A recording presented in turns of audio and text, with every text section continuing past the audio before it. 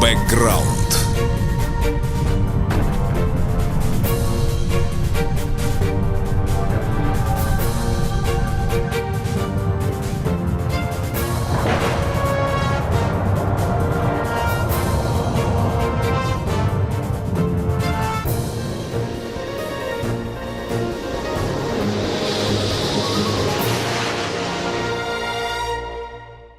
As is known, regular talk on the Ukrainian topic in America is today entrusted to the Special Representative vis-à-vis this country, Kurt Volker. And what is said by this prejudiced character, who even looks into binoculars with only one eye, to put it mildly, doesn't inspire optimism. The US, judging by his statements, seized Ukraine with a death grip, and isn't at all going to return what they already considered to be theirs.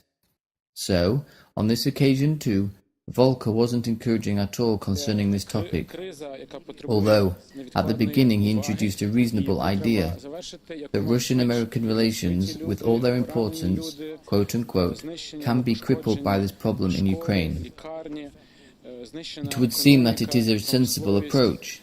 If the Ukrainian problem is so critical that it can cripple relations between two nuclear superpowers, then, according to the logic of things, it would be worth looking narrowly and more attentively at the primary source of this problem and to take adequate measures for its neutralization. And here someone should recognize with all definiteness that without America, events in Ukraine wouldn't have happened. And in general, the current Ukrainian nightmare would never have happened if these transatlantic bacilli carriers of democracy didn't decide to stage a grandiose coup here.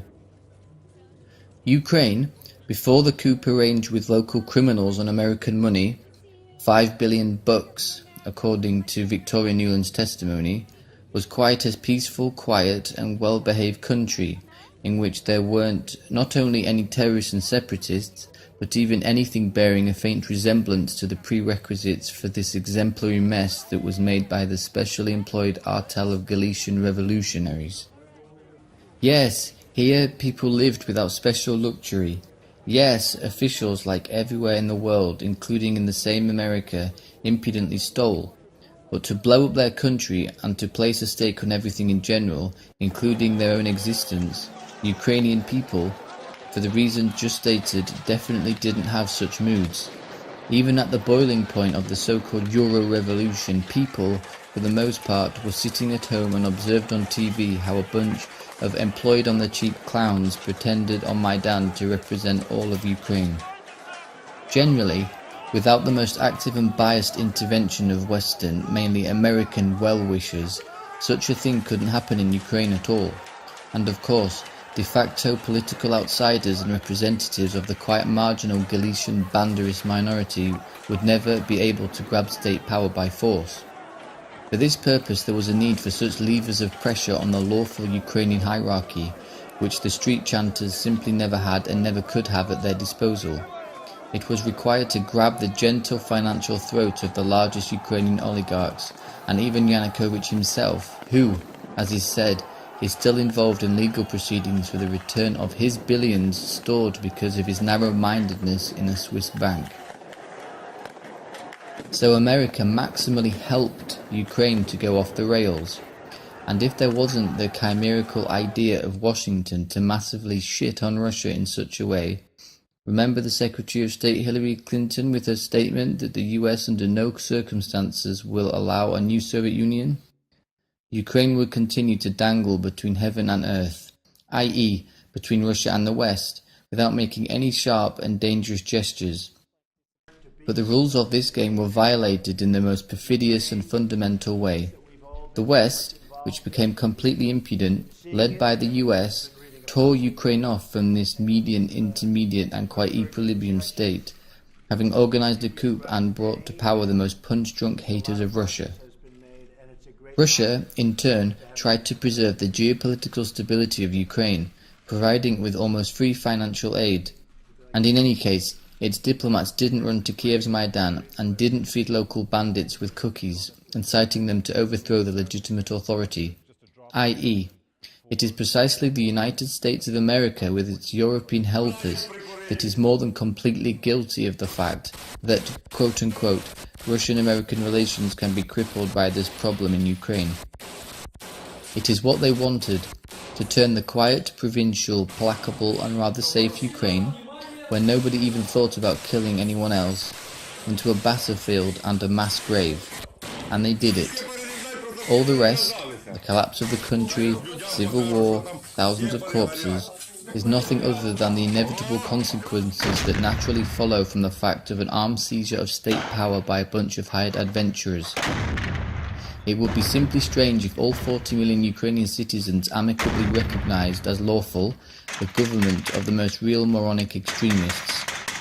That's why when such people as Volker speak about quote-unquote crippled relations with Russia, according to the laws of logic and simple common sense, they need to completely recognize what they did, to repent before an altar for their committed mortal sins, and to assume all responsibility for the reparation of the horror in Ukraine that was allowed and planned by them.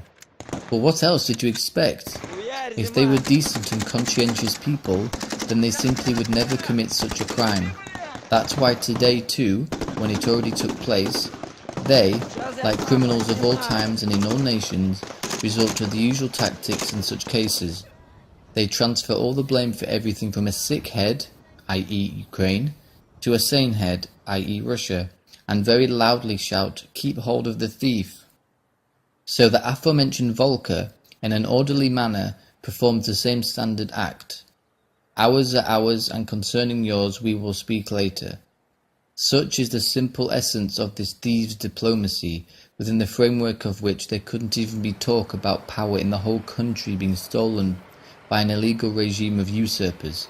However, for him, it is possible to speak about Crimea and Donbass, especially as at heart such an exchange quite suits the US, within the framework of which they will receive under their control a huge piece of the former Ukraine, while Russia only a small part, and especially as the transfer of these territories to the Russian Federation will very much promote the transformation of the rest of Ukraine into an eternally embittered, maniacally Russophobic country, which is not just convenient for America, but also is its main task in the framework of the strategy of preventing the revival of a fully fledged Russian world state.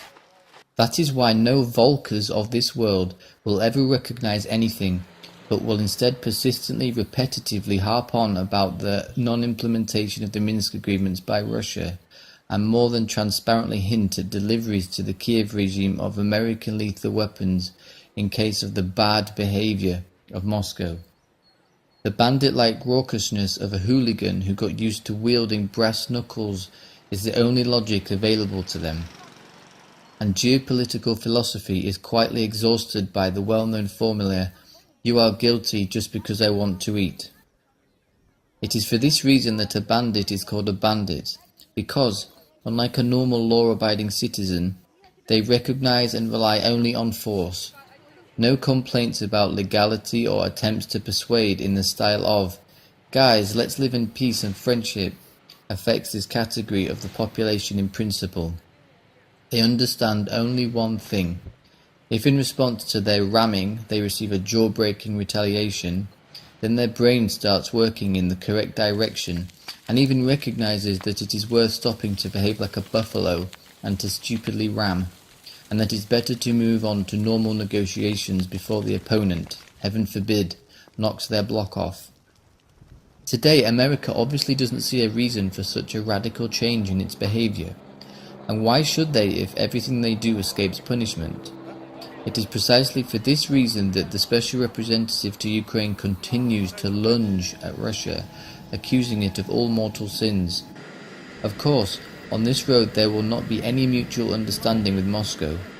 Putin is not somebody who can be frightened by a simple Finnish knife, but from the point of view of bandit logic it means only one thing: the need for a transition to stronger means. And it will continue like this while the bandits are sure that against their force nobody has a defense mechanism. And obviously nobody, besides Russia, is able to convince them that such a defense mechanism is a greater force.